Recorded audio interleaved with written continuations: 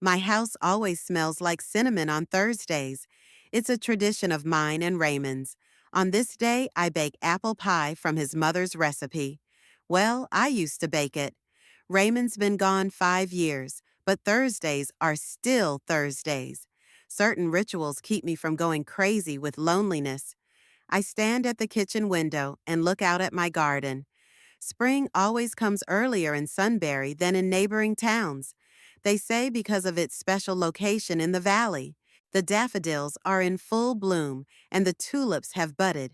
Raymond always said I had green fingers. Gladys, he said, you make even the most capricious plants grow. And I'd say I just talk to them like they were children. Raymond and I only had one child, Aiden, our late and long-awaited son. Maybe that's why I spoiled him so much. Maybe that's why what's happening now is happening. There's a rumble from the upstairs bedroom as Pearl moves the furniture again, fifth weekend in a row. We need more space for our stuff, she declared. Last time I dared to ask why a closet that had been in one place for 30 years was suddenly against the opposite wall. I didn't bother to remind her that this house isn't our house. It's mine. The house I inherited from my parents. The house I've lived in all my life. I look at my hands. The skin is as thin as tissue paper, the veins showing through in blue rivulets. 68 is not an old age, but the life of a rural teacher is not conducive to staying young. For 35 years, I taught history at our local school. Raymond joked that I knew personally every person in town over 20 and under 50. The timer on the stove beeps, bringing me back to reality. The pie is ready. I take it out of the oven and set it to cool on a rack. The aroma of apples and cinnamon fills the kitchen. Now Raymond would come in, hug me from behind, and say, Gladys, you've outdone yourself again. And then he'd furtively nibble off a piece of crust, thinking I couldn't see. Instead, Pearl, my sister-in-law, comes flying into the kitchen, phone in hand. Oh, you're cooking again? There's a strange mixture of irritation and condescension in her voice. Aiden said we're ordering Thai food tonight. I thought we discussed it. We didn't discuss anything. Pearl had simply notified me yesterday that she and Aiden wanted to order takeout dinner, and I'd agreed, but I didn't think it meant canceling my Thursday night ritual. Pie isn't for dinner, I say calmly. It's just tradition. All these traditions, Pearl rolls her eyes. Do you know how many extra calories are in your baked goods? No wonder Aiden's having weight problems. Aiden doesn't have a weight problem. My son has the same skinny build as his father. But I don't talk. With Pearl in our house, I've been quiet more often. A year ago, when Aiden announced that he and Pearl were married, I was happy for them. When he said a month later that he and his wife would live with me for just a short time until they found a suitable place to live, I agreed without hesitation. My house is too big for a single elderly woman. 3 bedrooms, a spacious living room, a kitchen in which to hold dances, and a garden that was becoming increasingly difficult to maintain alone. I thought a company of young people would liven up those walls, but not long at all, stretched into a year, and with each passing month, Pearl felt more and more confident as a landlady. At first, it was little things. Things rearranged, new rules for using the washing machine, criticism of my cooking habits. Then came the more serious encroachments, replacing my pictures on the walls with their wedding pictures, demanding more closet space, insisting on updating the interior. Pearl walks over to the window and wrinkles her nose at my garden. Those old rose bushes should be uprooted. They're taking up too much space. I saw some amazing ornamental grasses at the garden center. They're much more modern and don't require as much maintenance. The roses she's talking about were planted by Raymond on Aiden's birthday. Each bush represents a year of our son's life, 20 bushes while Raymond was alive, and another 16 that I planted after he died. The roses will stay where they are, I say quietly but firmly. Pearl gives me an annoyed look. Of course, she says in that condescending tone one uses with cranky children or senile old people. Just think about it. The garden could look much more modern. She walks away, leaving me alone with the cooling pie and the bitter residue. This was once my territory, the kitchen where I cooked for my family, experimented with recipes, hosted friends. Now I feel like an unwelcome guest here. In the evening, when Thai food arrives, the three of us sit around the table. Aiden talks passionately about some problem at work. Pearl makes occasional comments, and I silently pick at my pad thai, which I find too spicy and not tasty at all. Mom, you're kind of quiet today, Aiden said between stories of broken servers and incompetent coworkers. I'm just tired, I reply. Tired of what? Pearl snorts. Baking a pie that no one will eat? Aiden gives his wife a quick glance, but doesn't say anything. I see him swallow the objection along with a piece of chicken in sweet sauce. My son has always avoided confrontation. Even as a child, when other boys started fights, Aiden preferred to give in or just walk away. Raymond tried to teach him to stand up for himself, but to no avail. I'll have a piece of pie, he said conciliatorily. You know I can't resist your baked goods, Mom. If you want to keep wearing those jeans we bought last month, you better not, Pearl retorts. You remember what the doctor said about your cholesterol, don't you? Aiden never complained about his health, but I remain silent again. After dinner, I go up to my room, the only place in the house where Pearl hasn't made her rules yet, though even here she drops by with her suggestions. Gladys, these curtains are so dark. Let's replace them with something lighter. Gladys, why do you need so many books? Everyone reads electronically nowadays. Gladys, this dresser is terribly old-fashioned. You could sell it to collectors and buy something functional. I sit down in the chair by the window, the same one Raymond liked to read in, and pull out an old photo album from the dresser drawer. There's Raymond and me on our wedding day, young, happy, full of hope. There's Aiden, newborn, so small in his father's arms. Here's our first family vacation to the sea. Here's Aiden going to first grade, and I'm standing next to him, such a proud teacher mom. I turn the pages, and it feels like time is shrinking like an accordion. 68 years becoming a thin line between then and now. What happened to that confident woman in the photos? When did I allow myself to be cornered in my own home? The next morning, I wake up early, as usual. Years of working at the school have accustomed me to getting up at first light. I quietly make my way down to the kitchen, trying not to wake anyone. Aiden and Pearl usually sleep until 8 or 9. Another reason I feel like a stranger in my own home. The whole rhythm of life has changed with their arrival. On the table are the leftovers from last night's dinner. Food boxes, unfinished wine glasses, crumbs.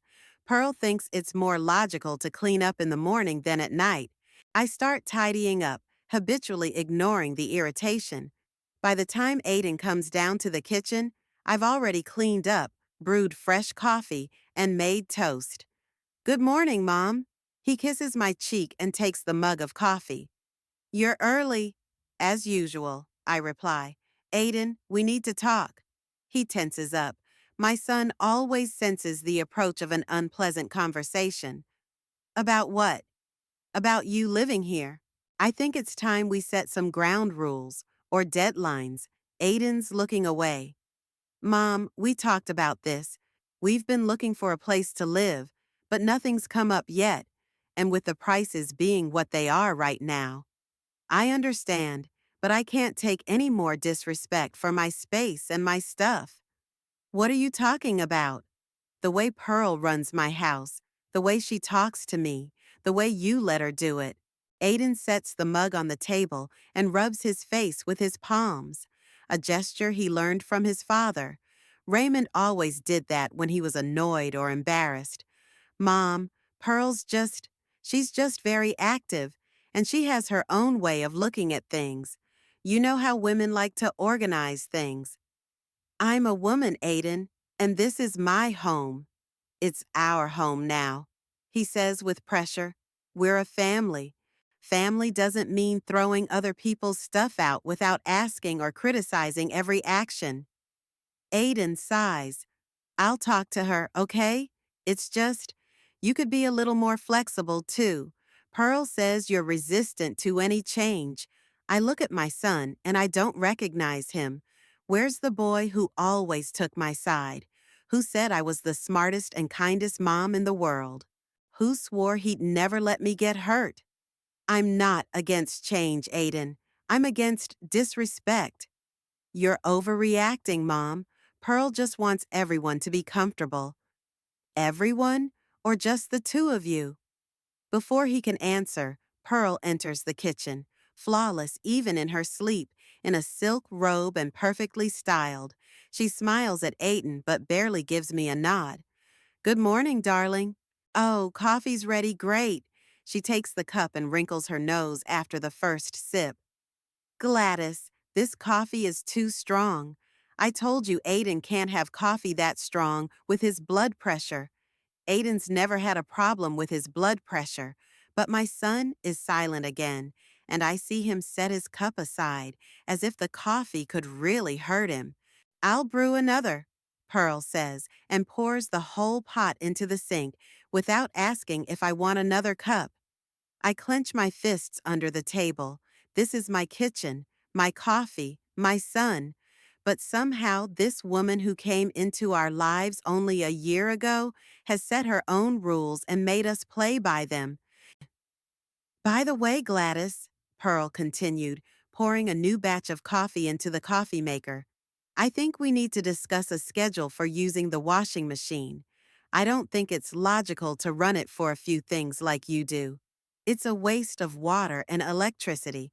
I wash my stuff separately because Pearl adds so much fragrance to the laundry that I get allergies, but that doesn't matter, of course. And I've invited my friends over for dinner on Saturday, she adds casually. It would be nice if you didn't plan anything in the kitchen that evening. I didn't ask, I put it in front of her. In my house, on my regular baking day. Because I bake bread on Saturdays, another tradition I've honored since I retired. I look at Aiden, expecting some sort of reaction. But he's staring at the screen of his phone, pretending not to hear this conversation. Okay, I say, rising from the table. I'm going to Betsy's for the day. Betsy is an old friend of mine who we taught high school together, one of the few people left in my life after Raymond died. Oh, good. Pearl is radiant. Then we can start getting ready in the morning. I want to try some new recipes. I walk out of the kitchen, feeling a wave of anger and powerlessness rising inside. In the hallway, I stop in front of the mirror, an older woman looking back at me with a wan gaze and tight lips. I don't recognize myself. Where is the Gladys Thornton who never let her students sit on her neck? Who could calm a class of 30 teenagers with one look? Who knew the value of herself and her word? As I walk up the stairs to my room, I hear Pearl say to Aiden, Honey, I think your mom would be more comfortable in a nursing home. She'll be taken care of there, and she'll be among her peers. I freeze on the steps, waiting for my son's answer. Will he do it? Pearl, don't start, Aiden says tiredly. Mom's not going anywhere. This is her house. But it's too big for her alone. And it's getting harder and harder to maintain. And we could. I said not now. I keep getting up, not wanting to hear the rest of it. But those words have been running through my head all day. Nursing home, among peers, too big a house. In the evening, I call Betsy. They want to put me in a nursing home, I say without preamble. Who does? Betsy's voice sounds worried. Pearl, and I'm not sure Aiden will mind too much. That girl always struck me as too calculating, Betsy snorts. She plans to keep the house, of course. I guess so. What are you going to do with it? That's a good question. What am I going to do? Keep retreating until I'm completely out of my own life? or fight back, risking my relationship with my only son? I don't know, I admit, but I feel that the situation is getting out of control. Listen to me, Gladys. Betsy's voice becomes firm. You have to act now before they go too far. This is your home, your life. Don't let anyone take that away from you. I listen to my friend and realize she's right. It's time to stop being invisible in your own home. It's time to remind everyone, including myself, who the real owner is. Thank you, Betsy, I say. I think I know what to do. But as I hang up the phone, my confidence fades again. How do I stand up to Pearl's pressure without losing my son? How do I regain control of a situation that has deteriorated gradually, day by day, stealthily transforming me from hostess to unwanted guest? I lie in bed, but sleep doesn't come. I hear Aiden and Pearl's muffled voices behind the wall. They're discussing something again. Or arguing. I can't make out the words, just the intonation. Aiden is arguing something, his voice tense. Pearl answers sharply, with pressure. Then the door slams, and the house goes quiet. I lie in the dark and think about how things have changed in the last year. How my cozy, peaceful home has turned into a battlefield. How my beloved son is getting further and further away from me, falling under the influence of my wife. How I myself seem to be shrinking, becoming a shadow, dissolving within my own walls. But something inside me resists. Something says enough, enough. It's time to end it. On Saturday, I woke up to a noise. Rumbling and the sound of furniture being moved came from the living room. I glanced at the clock. It was 7 in the morning. Aiden and Pearl were usually still asleep at that time, especially on weekends. I threw on my robe and went downstairs, standing on the living room doorstep. Pearl, dressed in a tracksuit, was supervising two strange men who were taking out my old couch. The same couch that Raymond and I had bought when we first moved into this house. The one Aiden took his first steps on, holding on to the armrests. The one Raymond lay on in his last months of illness, looking out the window at his garden. "What's going on?" I asked, trying to remain calm. Pearl turned around with a smile, as if nothing unusual had happened. "Oh, Gladys, you're awake already. I was hoping to be up before you got up. I wanted to surprise you." Surprise? Yes. Remember we talked about redecorating the living room? I found this amazing couch at the Scandinavian furniture store. It should be here in an hour, and these gentlemen are helping me get rid of the old one. I looked at the gentlemen, two muscular guys in work clothes who were clearly uncomfortable being at the center of a domestic conflict. "We didn't talk about updating the living room," I said, feeling my throat constrict. "And I hadn't given permission to move my couch." Pearl pressed her lips together. "Gladys, that couch was awful. Scuffed and worn, worn and worn, with traces everything. It wasn't furniture, it was a museum piece, and not in a good way. It's my couch, in my house." I raised my voice, which rarely happened to me. "And I didn't give permission to take it out." Pearl sighed and turned to the workers. "Wait a moment, please," she said, and took me aside, lowering her voice. "Gladys, I understand your attachment to old things, but we all need to move on." Aiden agreed that the living room needed updating. Aiden agreed to throw out his father's couch. He agreed that we needed new furniture. I took care of the details so I wouldn't bore you. I felt a wave of anger rising inside, not to tire me out, as if I were a feeble old woman unable to make decisions about my own possessions. "Put the couch back where it belongs," I said, trying to speak firmly. "Now." Pearl looked at me with annoyance, but quickly changed her expression to one of concern. "Gladys, you're so upset. This can't be good for your heart. Why don't you go and rest and I'll sort it out?" "My heart is perfectly all right," but the sofa must be returned to the drawing room. At that moment, footsteps were heard on the stairs, and a sleepy Aiden entered the room. "What's going on?" he asked, looking around at the half-empty living room and the two workers frozen with the couch in their hands. "Your wife decided to throw away your father's couch," I replied, "without my knowledge or consent." Aiden looked from me to Pearl in confusion. "I thought you two had discussed it," he said finally. "We talked about updating the living room in general," Pearl put in quickly. "I was just taking the initiative to surprise him." "Pearl, maybe you should have consulted your mother first," he said uncertainly. "I thought we'd made up our minds," Pearl said with a touch of irritation. "I thought you said the living room needed updating." "Yes, but," and that this sofa had seen better days. "Yes, but," and that it would be nice to do the renovations before the baby was born. I froze. A baby? What baby? Aiden gave his wife a warning look, but it was too late. "Are you expecting a baby?" I asked, feeling a strange mixture of joy and anxiety. Pearl smiled with a look of triumph. "We wanted to tell you later, when it's certain. But yes, it looks like there will soon be 3 of us." In the following weeks, the situation only got worse. Pearl began a real campaign to modernize the house. My framed photographs disappeared from the mantelpiece, replaced by faceless modern figurines. My cookbooks, kept for decades, were thrown out because all recipes are looked up on the internet these days.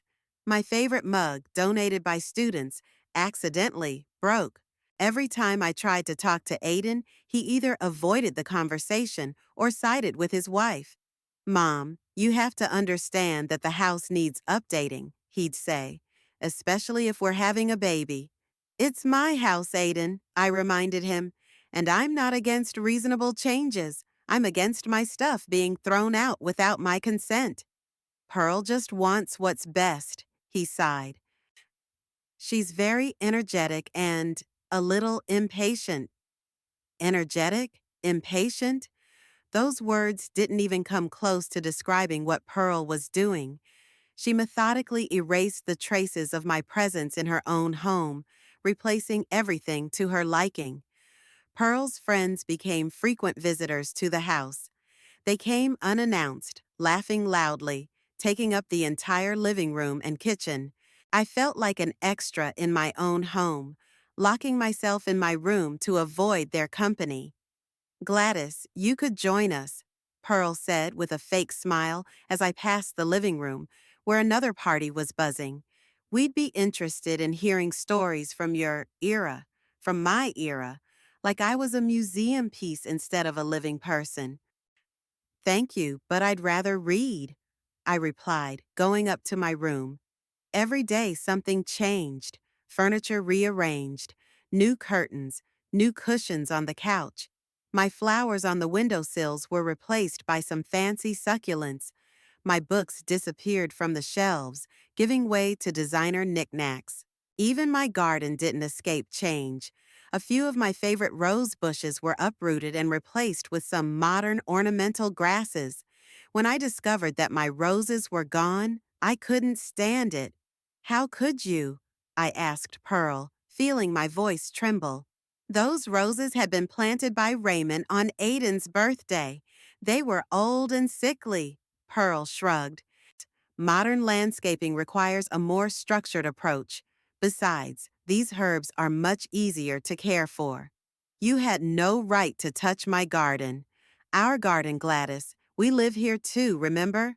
I tried to talk to Aiden, but he sided with his wife again. "Mom, those roses really didn't look very good," he said.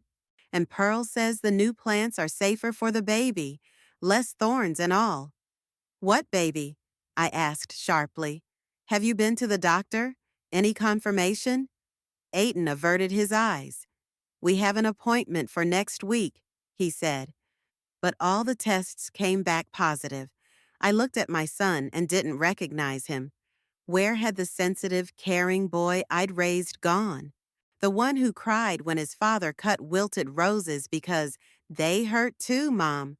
Pearl controlled him like a puppeteer controls a marionette, and he let her do it, refusing to see that she was methodically destroying everything I cared about. And then that Thursday came.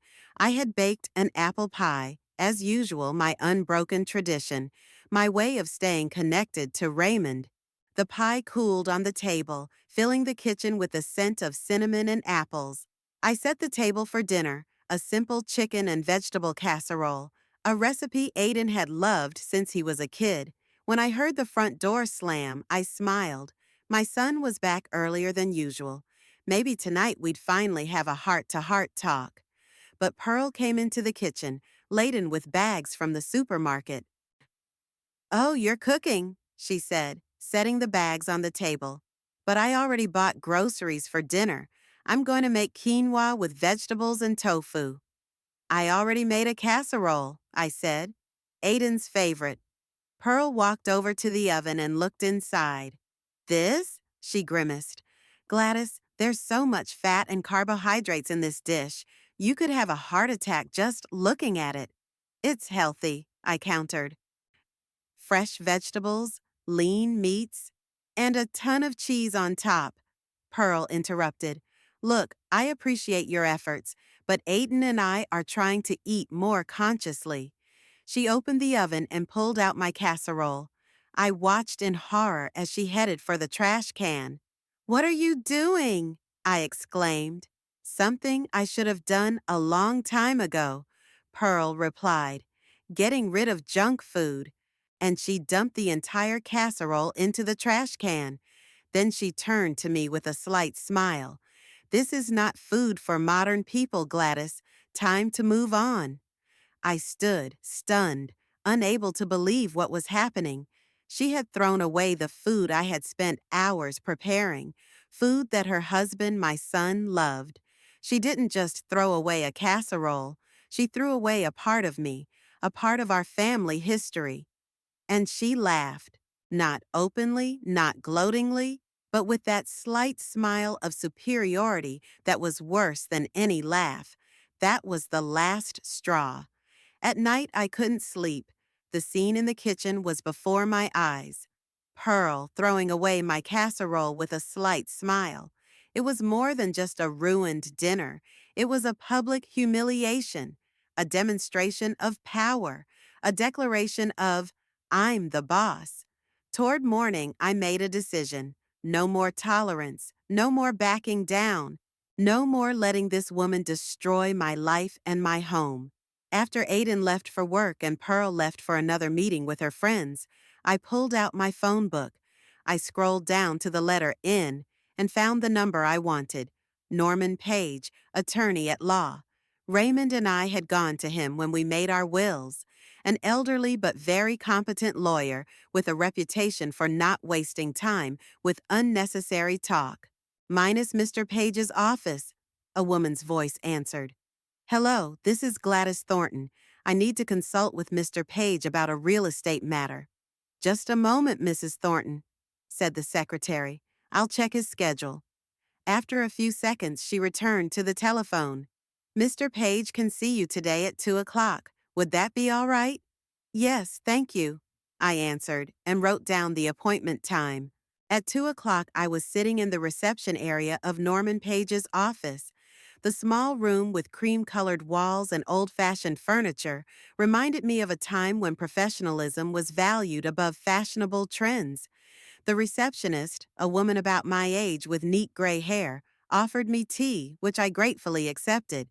At precisely 2:15, the office door opened, and Norman Page appeared on the threshold.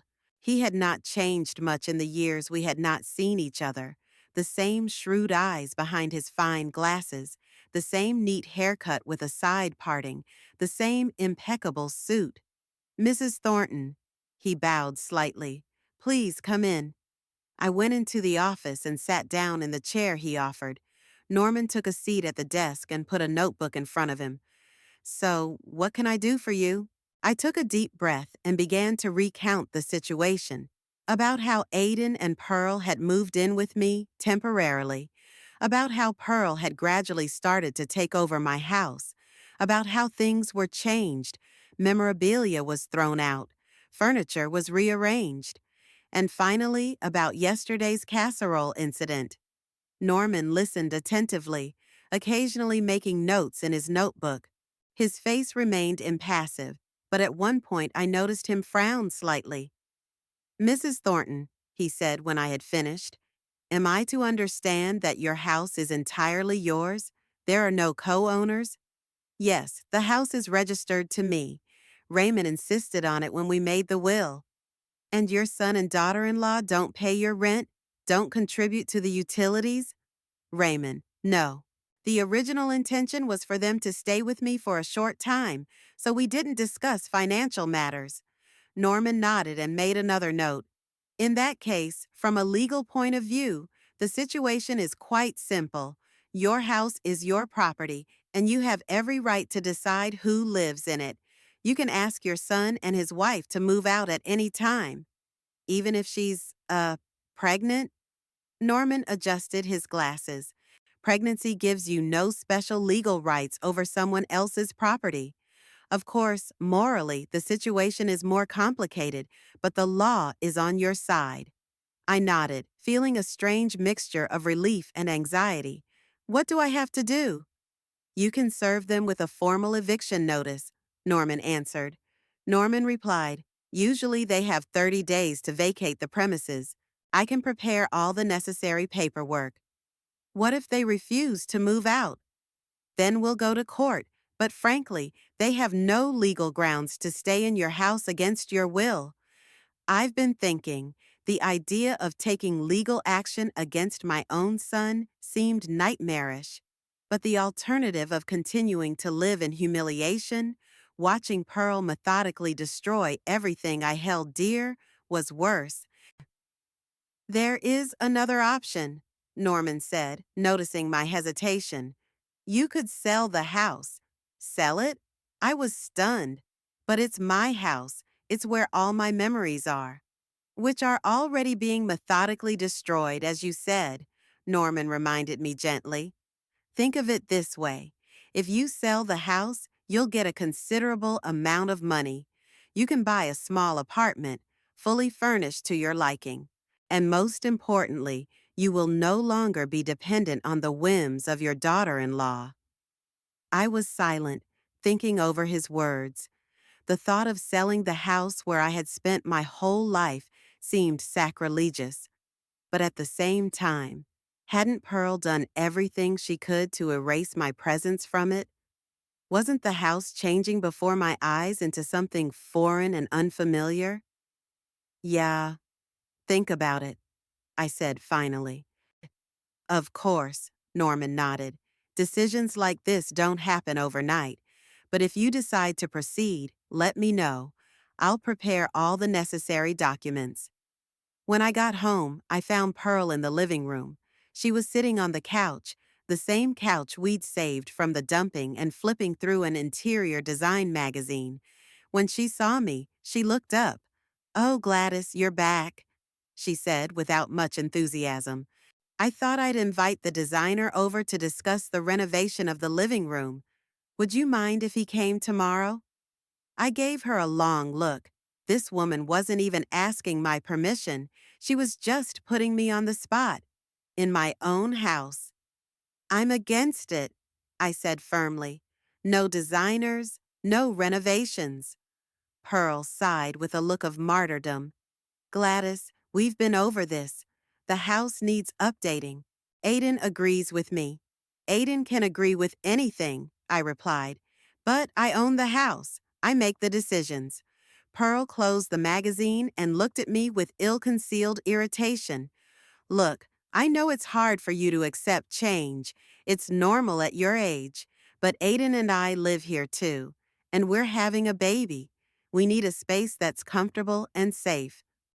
"Do you have the money for your own place?" I asked bluntly. Pearl blinked, clearly not expecting such a question. "What?"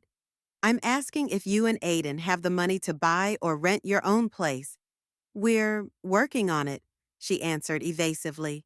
But it's not a good time to buy real estate, and with a baby. So you plan to live here rent-free, change my house to suit you, and treat me like an unwelcome guest? Pearl straightened, her eyes narrowing.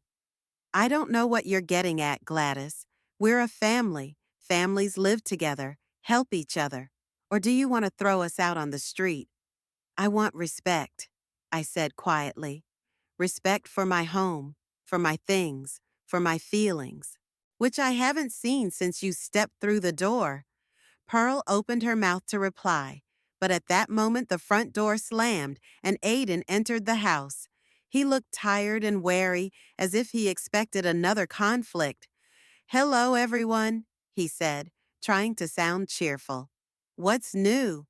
"Your mother wants to kick us out of the house," Pearl blurted out. Aiden looked at me confused. "Mom, is it true?" "I wasn't talking about eviction," I said calmly. "I was talking about respect. But apparently that's a concept that's foreign to your wife." Aiden sighed and sank into a chair. "Please, let's not fight again. I'm too tired for that." "You're always too tired to solve problems," I pointed out. "You always have been. You prefer to avoid conflict, even when you have to stand up for yourself. Or for others." Aiden looked at me with resentment. "That's not fair, Mom." "Unfair?" I felt a wave of anger rising inside me. "It's not fair the way you two are treating me in my own home. It's not fair that your wife throws away my stuff, changes my house, and humiliates me every chance she gets, and you just stand by and do nothing." "I'm trying to be diplomatic," Aiden exclaimed. "Someone has to keep the peace in this house." "Diplomatic?"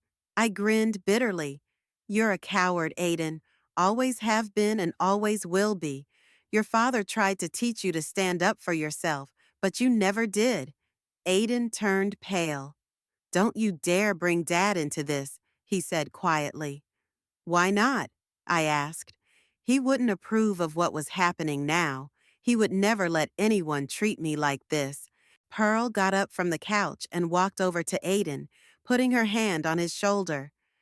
"Don't let her manipulate you, darling," she said softly. "She's just trying to make you feel guilty."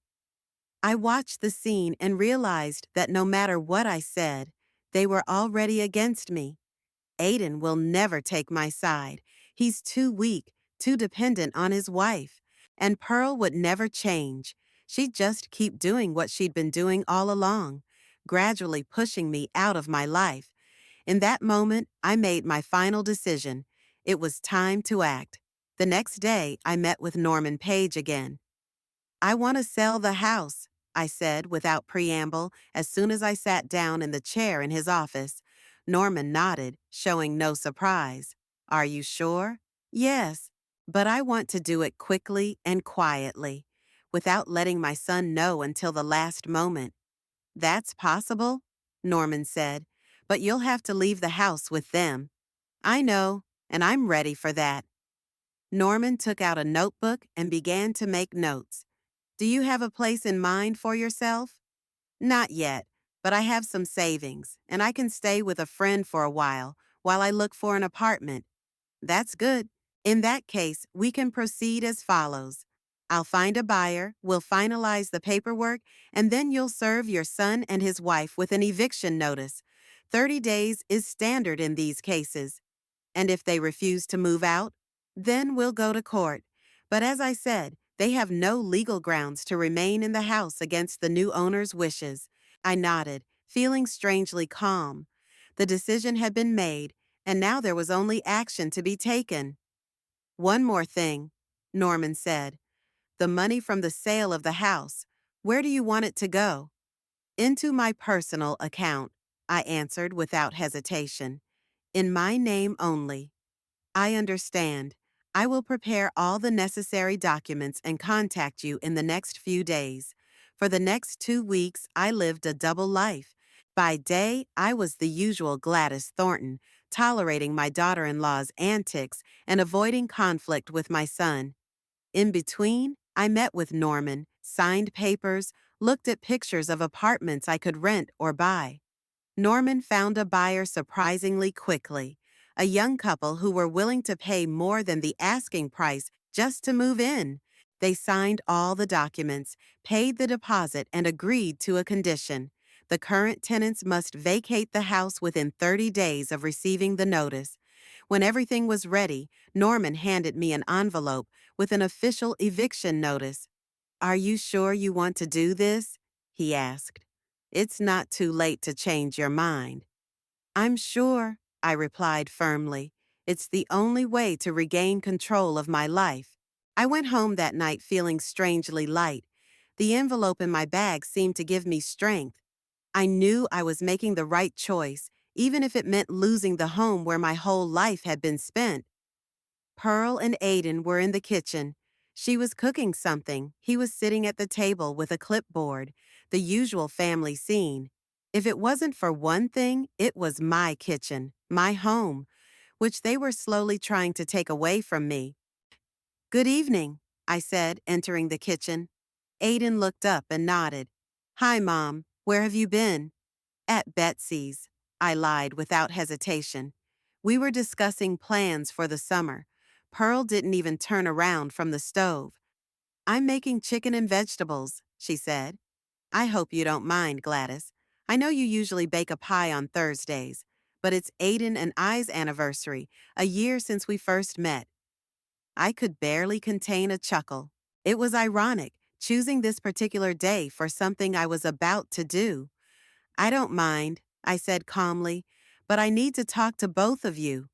Something in my voice made Pearl turn around, and Aiden put the clipboard away. "What's wrong?" he asked anxiously. I pulled an envelope out of my bag and placed it on the table. "It's for you," I said, turning to Pearl. "Or rather, for both of you." Pearl wiped her hands on her apron and took the envelope with a puzzled expression. "What is it? Some kind of gift?" "Open it and find out," I replied. She unsealed the envelope and pulled out an official document. Her eyes ran quickly over the lines, and I saw her face change from curiosity to bewilderment, then to shock, and finally to anger. "What does that mean?" she exclaimed. "An eviction notice? Is this some kind of joke?" Aiden jumped up from his chair and snatched the paper from his wife's hands. His face also changed as he read the document. "Mom, what is this?" he asked in a trembling voice. "Are you evicting us?" "Not only that," I answered calmly. "I sold the house. The new owners will move in 30 days. You have that time to find a new place to live." "You, sold the house?" Aiden couldn't seem to believe his ears. "Without discussing it with us? Without warning? Just like you changed my house without talking to me," I countered. "Just like you threw out my stuff without warning." "That's different," Pearl exclaimed. "We were doing it for the common good, for the betterment of the house." "For your good," I corrected. "Not mine. Never for mine." Aiden looked at me with horror and disbelief. "But where will you go? Where are we going to go?" "I'll get an apartment," I answered, "with the money from the sale of the house, which, by the way, is already in my account. Only mine." Pearl turned pale. "You can't do that," she said. We'll sue. It's our house too." "No, it's not." I shook my head. "The house has always been mine alone. You've lived here as guests. Very ungrateful guests, I must say." "But we're family," Aiden exclaimed. "Doesn't that mean anything to you?" "Family respects each other," I replied. "A family cares about each other's feelings. What's been going on here for the last year has nothing to do with family. You're just getting back at us," Pearl hissed. "Because you can't handle change? Because you're an old, mean woman who can't see the happiness of others." I gave her a long look. "Perhaps you're right," I said calmly. "Perhaps I am indeed revengeful. But you know what? I don't care. I'm tired of being humiliated in my own home. Tired of seeing you destroy everything I care about. Tired of my own son letting you do it." Aiden looked at me like he was seeing me for the first time. I don't recognize you, Mom, he said quietly. I don't recognize you, son, I said. I haven't recognized you for a long time. I turned to leave, but Pearl grabbed my arm. Wait, you can't just walk away after this. We have to talk about this. There's nothing to discuss. I pulled my hand free. The decision has been made. The papers are signed. You have 30 days to move out. I walked out of the kitchen, leaving them shocked and bewildered. As I walked up the stairs to my room, I could hear Pearl screaming and Aiden trying to calm her down. But I didn't care anymore. For the first time in a long time, I felt truly free. I was back in control of my life. And even though it had cost me the house my whole life had been spent in, it had been worth it. Closing the door of my room, I began to plan for the future, my future, without a toxic daughter-in-law and a weak-willed son. A new life, a new beginning. At 68, I was ready for a fresh start. The morning after my announcement was unusually quiet. I went down to the kitchen and found it empty. No Aiden, no Pearl. There was a note on the table, written in my son's sprawling handwriting. Gone to look for a place to live. We'll be back tonight. I made myself a cup of coffee and went out into the garden. The day was clear, sunny, as if nature itself approved of my decision. I wandered between the flower beds, looking at my surviving roses, thinking that soon I would have to say goodbye to this garden. Strangely, the thought of it didn't cause as much pain as I'd expected. Maybe because Pearl had already changed it beyond recognition, replacing many of my plants with her modern alternatives. In the evening, they returned. I heard the front door slam, then muffled voices in the hallway. When they entered the living room where I was reading a book, they both looked exhausted and depressed. How did the search go? I asked, trying to keep my voice neutral. Pearl gave me a hateful look and silently went upstairs. Aiden stayed, though he was clearly hesitating, not knowing if he should talk to me. Not really, he said finally. The prices are crazy right now, and most apartments require a long-term contract. You could buy a house, I pointed out, with your salary at the IT company. Barely enough to cover the running costs, Aiden interrupted, especially now that we're expecting a baby. What about savings? You've always been frugal. Aiden looked away. We've had certain expenses lately. I could guess what they were. New clothes for Pearl, her necessary accessories, constant meetings with her friends at cafes, shopping trips. I understand, I said only. Aiden looked at me with sudden hope. Mom, maybe we could, reevaluate the situation. I realize that Pearl goes overboard sometimes, but she's just really passionate and... No, Aiden, I shook my head. The house is sold. The papers are signed. The money's been transferred. This decision is final. His face contorted with anger and pain. How could you? He exclaimed. Sell our family home without a word. Where Daddy built our swing set. Where I took my first steps. Where? Where your wife systematically destroyed every reminder of those times. I finished for him. Where she threw away my things, rearranged the furniture, and treated me like a nuisance. She just wanted to make the house a better place. For herself, not for me, I answered calmly. And you let her do it. You stood by and watched her humiliate me in my own house. Aiden kicked the couch with his foot, a childish gesture of anger he'd inherited from his father. You're always dramatizing. Pearl never meant to humiliate you. No? What about the time she threw away my casserole? Or the time she accidentally broke a mug given to me by the students? Or when she uprooted the roses your father planted? It's just stuff, Mom. Just old stuff. No, Aiden, this is my life, my memories, my history. And your wife methodically destroyed them one by one. Aiden shook his head as if he couldn't or wouldn't understand. You're just getting revenge on us because you can't accept that I'm grown up and have my own life. If you were grown up, I said quietly, you wouldn't have let your wife treat me the way she did.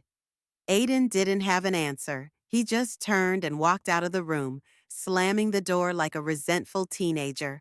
I was left alone, with a book in my lap that I couldn't read because of the tears in my eyes. I didn't cry for the house I sold or the things I lost. I cried for the son who couldn't or wouldn't see the truth. The next morning, all hell broke loose. Pearl went from cold fury to action. The first thing she did was call my sister Vivian, who I'm not particularly close to, but who always liked to meddle in other people's affairs. "Gladys, have you lost your mind?" came Vivian's shrill voice as I picked up the phone. "Kicking your own son and pregnant daughter-in-law out on the street? What are you thinking?" "I'm not kicking them out on the street, Vivian," I replied calmly. "They have 30 days to find a new place to live and the money to pay for it. But to sell the family home, the house where our children grew up, where you and I spent so much time." I almost laughed. Vivian visited us once a year at most, and then reluctantly, always finding an excuse to cut it short. She was never interested in my life unless it gave her something to gossip about. "Vivian, this is my house and my decision," I said firmly. "I'm not going to discuss it." "But think of the child, your grandson or granddaughter. How can you be so heartless?" "I'm thinking of myself, Vivian. For the first time in a long time, I'm thinking about what's best for me, not for everyone else." The sister snorted.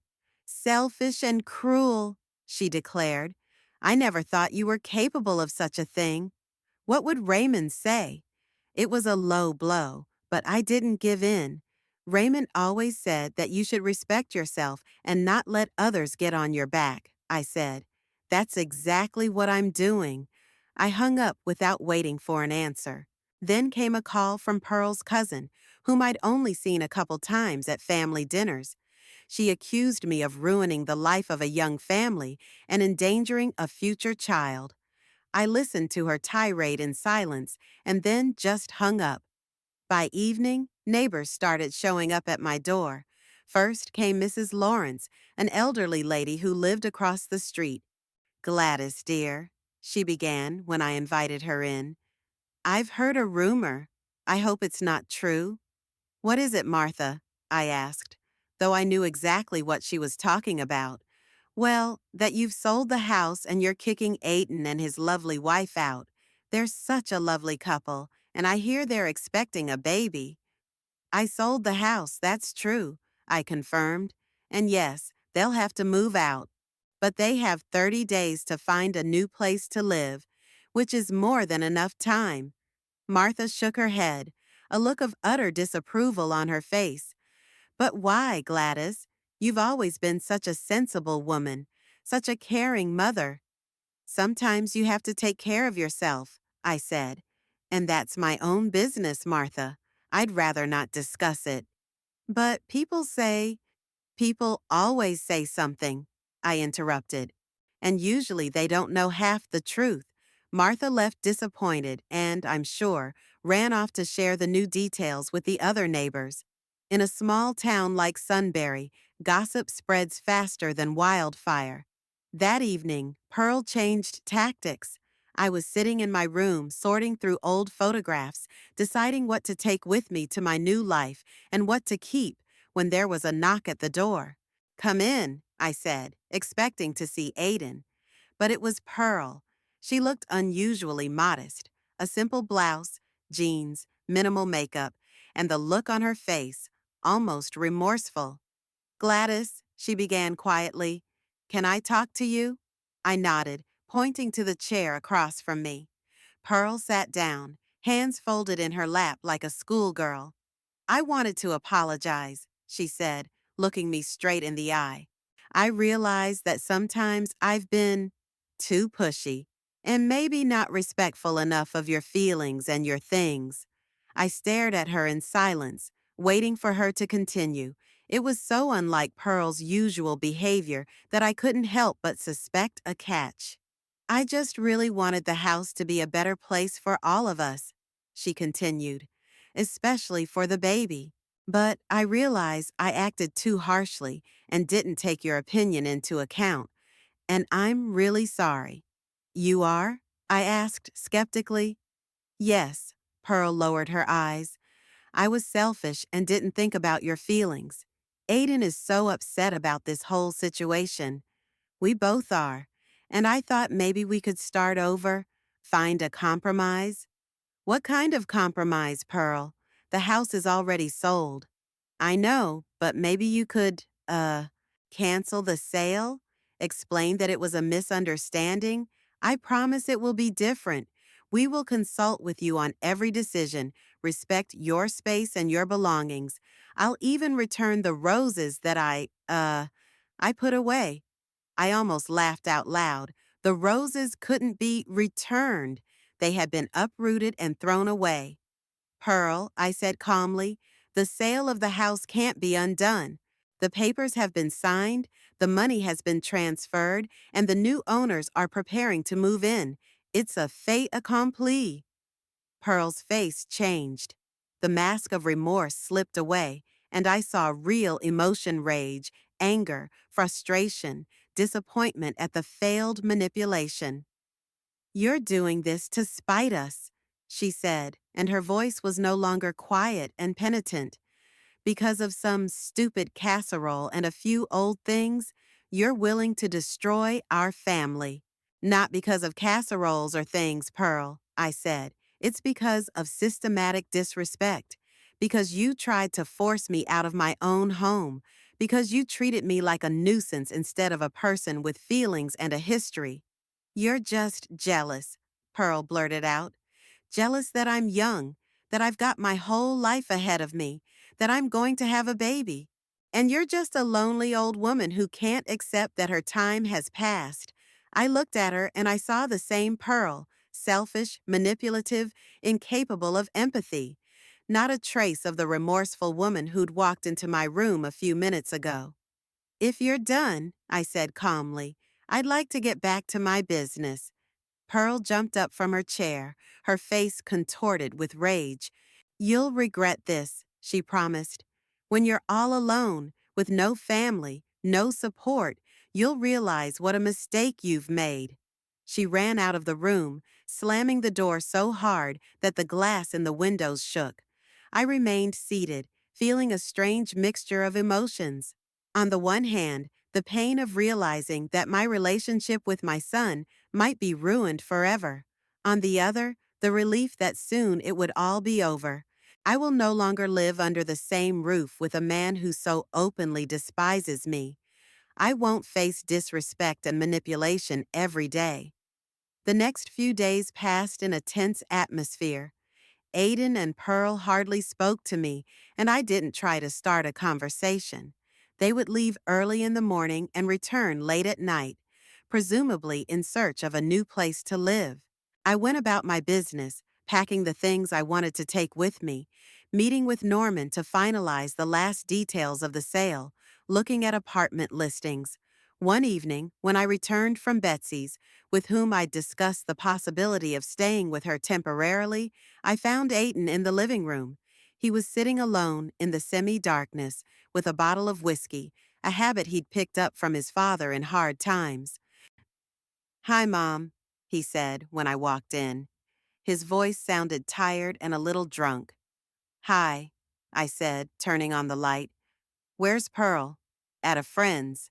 Having a girls' night out. He took a sip from the bottle. Probably celebrating getting rid of you soon. I sighed and sat down across from him. Aiden, you're drunk. A little, he agreed. I had a right to be, under the circumstances. What circumstances? Well, he waved his hand, nearly knocking over the bottle. The fact that my mother sold our family home and threw us out on the street. The fact that Pearl and I can't find a decent place to live that we can afford. The fact that everyone around us looks at me as the loser who couldn't protect his pregnant wife from an evil mother-in-law. Aiden, I'm not throwing you out on the street. You have time to find a place to live, and you have money to pay for it.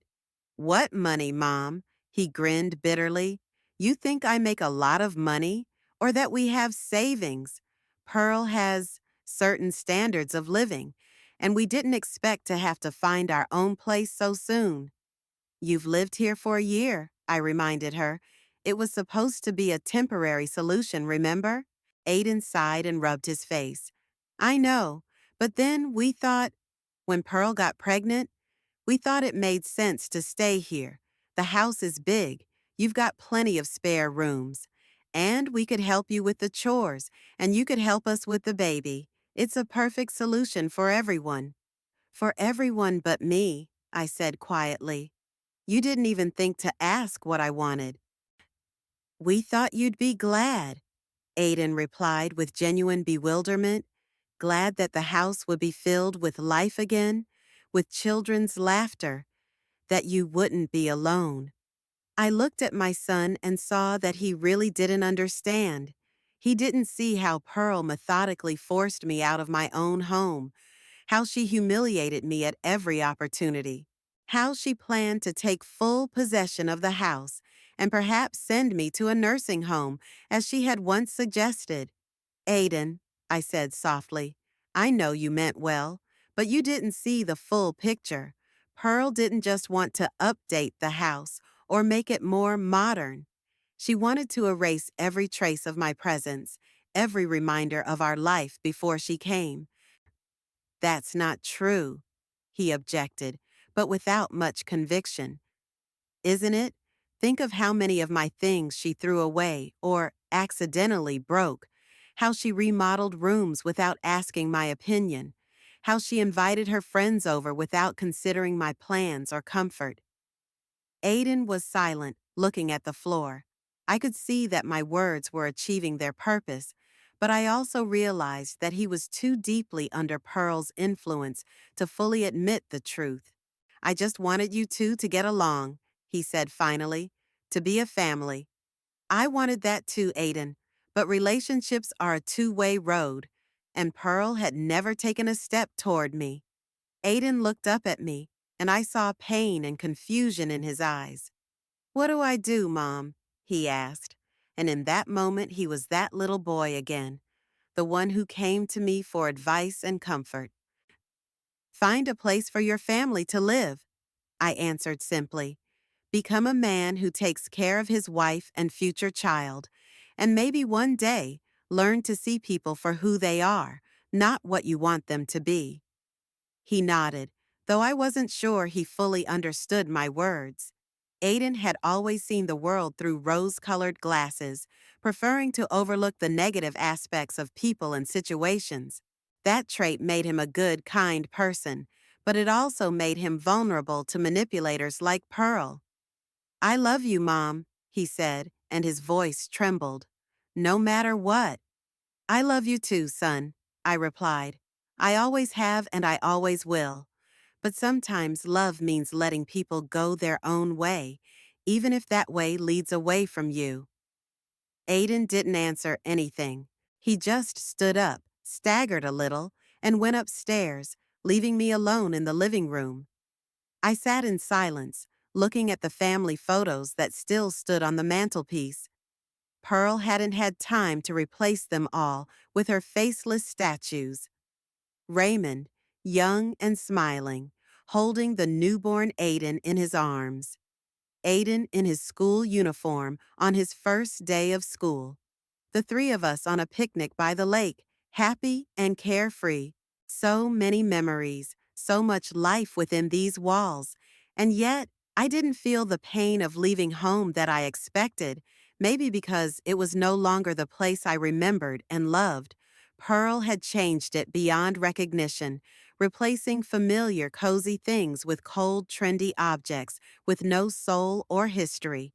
I went up to my room and sat by the window, looking out at the starry sky. I thought about the future, a new apartment that I would furnish to my liking, about new neighbors who wouldn't judge me for choosing to take care of myself, about the new opportunities that were opening up in front of me. Yes, it hurt to lose touch with my son. It hurt to realize that our relationship may never be the same. It hurt to hear people who know nothing about my situation condemn me for being heartless and selfish. But along with the pain came another feeling, a sense of freedom, of liberation from toxic relationships, from constant stress and humiliation. For the first time in a long time, I felt like the master of my life, and that feeling was worth all the loss and all the pain. As I fell asleep that night, I knew I had made the right decision. Let the world think I was cruel and heartless. I knew the truth, and that was enough. The day of the move was surprisingly sunny and warm, as if nature itself approved of my decision to start a new life. I stood on the porch of my, now former, house and watched the movers load boxes of my belongings into the van. I'd decided to take only the essentials and things dear to my heart: photos, books, a few pieces of furniture I'd saved from Pearl's modernization. Aiden and Pearl had moved out 3 days ago. Our goodbye was short and strained. Pearl didn't even look at me, just got in the car and waited for Aiden to load the last of his things. My son came over to me, shuffling awkwardly from foot to foot. "Well, this is it," he said, looking past me. "We found an apartment on the west side of town. It's not ideal, but it'll do for a while." "I'm glad you're settled in," I replied sincerely. "What about you? Where are you moving to?" I didn't tell him the address of my new apartment. It wasn't that I didn't trust Aiden, but I knew that if he knew where I lived, Pearl would too. And I wanted a fresh start without her toxic presence in my life. "Someplace nice," I said evasively. "Don't worry about me." Aiden looked hurt, but he didn't insist. He hugged me awkwardly, the first physical contact between us in weeks, and walked to the car. "I'll call you," he tossed over his shoulder, but we both knew it was an empty promise. So now I stood on the porch, ready to say goodbye to the house I'd lived in most of my life. Strangely, I didn't feel the pain and longing I expected. Maybe it was because the house hadn't been mine for the past year. Pearl had been so careful to erase all traces of my presence that it no longer held the same warm feelings. "Mrs. Thornton, we're almost done," one of the movers said, interrupting my musings. "All that's left is those boxes in the hallway." "Thank you," I nodded. "I'll be ready in 10 minutes. I walked around the empty rooms one last time, saying goodbye to each one. This was where Raymond proposed to me, on one knee with a ring in his trembling hand. This is where Aiden took his first steps, tentatively tumbling from the couch to the coffee table. This is where we celebrated his entrance into college, proud and happy parents. So many memories, so much life within these walls. And yet, I was ready to let go, ready to move on, ready to start a new chapter of my life. As I left the house for the last time, I didn't look back. My new apartment was on the east side of Sunbury, in a quiet neighborhood with neat apartment buildings and manicured green yards. It was much smaller than my old house, just 2 rooms, a kitchen, and a small balcony overlooking the park. But it was bright, clean, and most importantly, completely mine. On the first day, I started to settle in. I put books on the shelves, hung photos on the walls, put things in the closets. By evening, the apartment began to get a settled look, becoming a cozy nest, not just a set of rooms. Sitting on the balcony with a cup of tea, I watched the sunset and felt a strange calmness. For the first time in a long time, I could just be myself without fear of criticism or disapproval. I could arrange things the way I liked without fear of someone moving them around for the better. I could cook what I wanted without having to listen to comments about junk food or outdated recipes. It was freedom, and I savored every minute of it. I spent the first few days getting the apartment in order and familiarizing myself with the neighborhood. I found the nearest supermarket, pharmacy, library. I studied bus schedules, though I planned to walk most of the way. The neighborhood was compact, and most of the places I needed were within a 15 to 20-minute walk. On the fourth day, I decided it was time to start integrating into the local community. I had always been a sociable person, and the thought of spending all my days alone did not appeal to me. At the local library, I found a bulletin board with information about various clubs and classes for the neighborhood. One of the flyers caught my eye: drawing courses for beginners. Age does not matter. Come discover your creative potential. When I was young, I loved to draw, but then I abandoned this hobby because of work, family, and household worries. Maybe now was the right time to return to it? The next day, I came to my first class, a little nervous. About 10 people of different ages, from students to pensioners, had already gathered in the small studio. The instructor, an energetic woman of about 45, greeted me with a warm smile. "Welcome, I'm Eleanor Webb, the course director." "And you are?" "Gladys Thornton," I introduced myself. "I hope it's not too late to start at my age." Eleanor laughed. "It's never too late for creativity. I had an apprentice who started painting at the age of 83, and 2 years later was exhibiting in a local gallery, so you still have plenty of time." I smiled, feeling the tension release. Eleanor led me to a free easel and introduced me to the other students. Next to me was an older woman about my age, with close-cropped gray hair and lively blue eyes. "Sylvia Clark," she introduced herself, extending her hand. "New here?" "Yeah, first day," I replied, shaking her hand. "Gladys Thornton." "Welcome to the club, Gladys. Don't worry, Eleanor is an excellent teacher and very patient. My first pieces looked like they were drawn by a blindfolded 5-year-old. I laughed, and Sylvia winked at me. Thus began my first friendship in my new life. The class flew by. Eleanor showed us the basics of composition and perspective, and then asked us to draw a simple still life, a vase of fruit. My drawing wasn't perfect, but it wasn't as bad as I had feared. Eleanor praised my sense of proportion and offered some tips on working with shadows. After the class, Sylvia suggested I stop by the cafe across the street from the studio. "A little tradition," she explained. After class, some of the students and I gather there to discuss our artistic masterpieces and just chat. I agreed happily. 2 other students were already sitting in the Cafe Margaret, an energetic woman in her 60s, and Howard, a retired man with a neat beard and attentive eyes. They greeted me warmly and immediately engaged me in conversation. "So, you've recently moved into the neighborhood?" Margaret asked as we sat down at a table with cups of tea and cakes. "Yes, just a few days ago," I answered. "How do you like it here?" Howard asked. "I like it very much. It's quiet, peaceful, and everything I need is close by." "Where did you move from?" Sylvia asked. I thought for a moment, not knowing how much to tell my new acquaintances. But then I decided to be honest. If we were going to be friends, they should know my story. I used to live on the west side of town, in my own house, but I recently sold it and decided to start a new life. "Oh, that's a bold move." Margaret nodded approvingly. "A lot of people our age are afraid of change. They cling to the past, even if it makes them unhappy." "That's right," I agreed. "And I was hesitant to change for a long time, too. But sometimes you just have to let go." "Do you have a family?" Howard asked. "Children, grandchildren?" "A son," I answered briefly. "We're hadn't been very close lately." They nodded understandingly, not asking any more questions.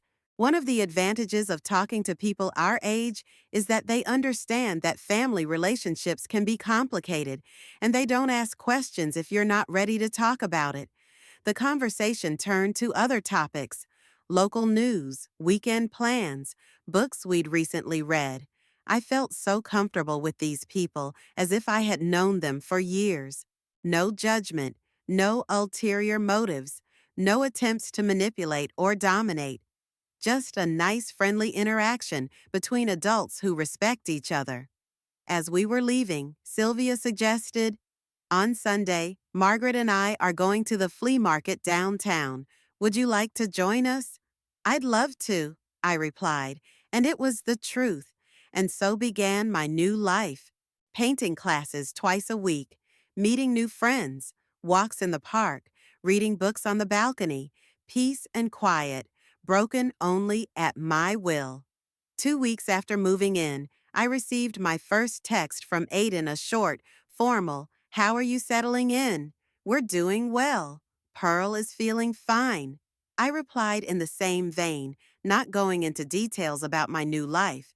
I wasn't ready to let him back in, knowing that along with him would come Pearl and her toxic influence.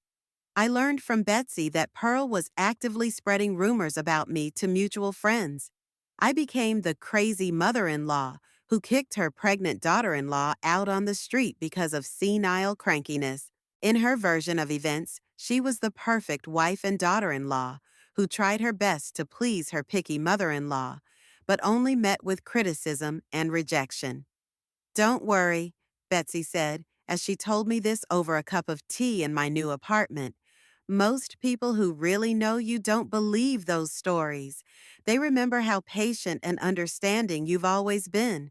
"I don't care what other people think," I replied, and it was the truth. I know I made the right choice. Betsy looked around my cozy apartment, where everything was in its place, where nothing reminded me of those humiliating months in my own home. "Yes, you definitely made the right choice," she agreed. "You look happier than you have in the last year." A month after I moved in, I ran into Pearl's high school friend at the supermarket. She pretended not to notice me, but I intercepted her at the checkout counter. "Hello, Chloe," I said quietly. "How are Aiden and Pearl doing?" Chloe looked confused, clearly not expecting a direct question. "Oh, fine, I guess," she answered uncertainly. "I haven't seen them in a while." "You haven't? I thought you and Pearl were close friends." "We were," she sighed, "but lately Pearl's changed. She's become very demanding and, frankly, a little toxic, always complaining about Aiden, about their apartment, about her life in general." I kept my expression neutral, though inside I felt a mixture of satisfaction and regret. Satisfaction that my assessment of Pearl's character was correct. Regret for her son, who seemed to be having a difficult marriage. "I hope things work out for them," I said sincerely, "especially with a baby on the way." Chloe threw a strange look at me. "You don't know?" she asked. "Pearl isn't pregnant. She never has been. She made it up to get a foothold in your house." I froze, stunned by this news. All the pieces of the puzzle suddenly fell into place. No doctor's visits, no obvious signs of pregnancy, no preparations for a baby. Pearl had lied to manipulate Aiden and me. And my gullible son believed her, and so did I. "I understand," I said after a pause. "Thank you for telling me, Chloe." "Don't tell her I told you," she asked. "Pearl can be very vindictive." "Don't worry," I assured her. "I don't plan to talk to her at all." When I got home, I thought about this information for a long time. Should I have told Aiden? Did I have the right to interfere in their relationship? In the end, I decided no. Aiden was a grown man. If he couldn't or wouldn't see what kind of person his wife was, then nothing I said would make a difference. He would have to come to that realization on his own. After another 2 weeks, I learned from Betsy, who had heard from her daughter, who worked at the same mall as Pearl's friend, that Aiden and Pearl were having serious financial problems. They had rented an apartment in an expensive neighborhood far above their means and were now barely making ends meet. Pearl refused to economize on her lifestyle expensive clothes, beauty salons, parties with her friends, and the financial burden fell on Aiden, who was now working overtime to try to provide for them. They say they fight about money all the time. Betsy said, and Pearl threatened to leave him if he didn't find a way to make more money. I listened to this news with sadness but no surprise. Pearl had always been a materialist, valuing external glitz and status above everything else. And Aiden, with his tendency to avoid conflict and his desire to please everyone, was the perfect victim for such a person. My own life, meanwhile, was becoming more and more fulfilling and joyful. I made friends with Sylvia, Margaret, and Howard, and we often spent time together, going to the local theater, to exhibitions, and picnicking in the park. Eleanor noted my progress in drawing and suggested that I join an advanced group. I also signed up for a cooking class. I'd always wanted to learn to cook different national cuisines, but Raymond preferred traditional English food, and Aiden had been fussy as a child. 2 months after I moved in, I decided to have a small housewarming party. I invited Betsy, my new friends from art class, and a couple of neighbors I'd made friends with. I cooked all day, Italian antipasti I'd learned in cooking classes, traditional English beef and ale pie, French chocolate cake for dessert. The evening was in full swing. We were sitting in the living room, drinking wine, telling life stories, and laughing, when my phone vibrated. A message from Aiden. "Mom, we need to talk. Pearl and I are having problems. You were right about her. I need your help." I stared at the phone screen, feeling my heart clench with pain and compassion for my son. Part of me wanted to answer immediately, to ask what was wrong, to offer help. The maternal instinct doesn't fade over the years, no matter how much frustration. But the other part, the wiser and more rational part, realized that if I got involved in their problems again, it would start all over again. The manipulation, the drama, the toxicity. I would once again become an emotional pillow for Aiden, who doesn't want to or can't solve his problems on his own. I'd be sucked back into the orbit of Pearl and her games. I locked the screen of my phone and put it back in my bag. Then I raised my glass and proposed a toast. To new beginnings, here's to the courage to change your life when the old one stops bringing you joy, and to true friends who accept you for who you are. "To new beginnings," echoed the guests, raising their glasses. Sylvia, sitting next to me, asked quietly, "Is everything all right? You looked worried as you checked your phone." "Everything's fine," I replied with a genuine smile. "Just closing one chapter of my life and opening a new one." Later, when the guests had dispersed, I stepped out onto the balcony, looking up at the starry sky over the park. Somewhere out there across town was my son, going through a difficult time. I hoped he would find the strength to cope with the situation as I had found them. I hoped he would learn the lesson that life was trying to teach him. I hoped that someday, perhaps, we would be a part of each other's lives again, but on new terms, with mutual respect and healthy boundaries. In the meantime, I had my new life, my cozy apartment where every single thing stood where I wanted it to, my new friends who valued me for who I was, not what I could do for them, my new hobbies that brought joy and fulfillment. At the age of 68, I started over, and it was the bravest, most right thing I had ever done in my life. Returning to my room, I stopped in front of the mirror in the hallway. From there, a woman with a straight back, clear eyes, and a calm smile looked back at me. A woman who was finally the master of her life, who was finally free. "Hello, Gladys," I whispered to my reflection. "Welcome home."